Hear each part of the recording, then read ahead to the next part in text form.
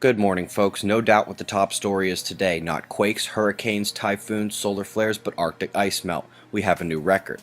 One might expect this during the hottest year on record, which it is, but Arctic ice moderates global temperature by solar reflection, and it also keeps down the methane. This is bad three ways. Good article here, and kind of goes with that: butterfly species migration anomalies blamed on the climate. Well, folks, many of you know there are some changes on deck to the USGS Quake site. Rather than keeping a separate list and map, they've combined them. Let's give it a try. When you select from the list below, it pulls up a full descriptive, like for the 5.7 aftershock El Salvador took this morning. Couple there, actually. The night ended with a 5-pointer in Baja. California quieted down yesterday with just a few 4-pointers, and we had another mid-4 tremor in the tsunami watch zone.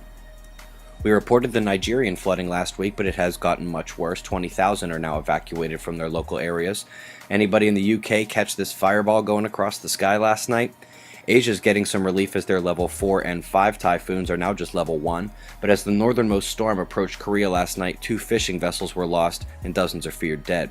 This is a brief picture update. The largest oil refinery in Venezuela is still a total disaster. And speaking of what could affect U.S. oil prices, by now there is nobody left at these rigs. Isaac is looking down his nose at them right now, already drenched Florida and the tropics. Here's some tornado damage from Florida.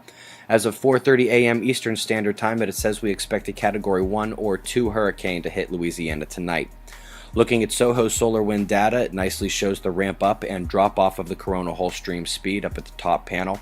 We got really fast yesterday, but now we are seeing space weather quiet. Speaking of space weather, this is the induction magnetometer. It measures 0 to 5 hertz, the lowest frequencies in the universe. You cannot watch HAARP fire off high frequency waves on this thing, and even if it measured high frequencies, this measures the induction from a global magnetic event, as in not focused on one location. You cannot use this to watch HAARP. You cannot use this to watch HAARP create quakes. It's one of the dumbest lies this community believes. This is just a different kind of machine. A quick look at the sun reveals no big eruptions in the past 24 hours. That giant plasma filament is Earth-facing, but firmly seated for now. We have another filament coming over the left side. That's the eastern limb.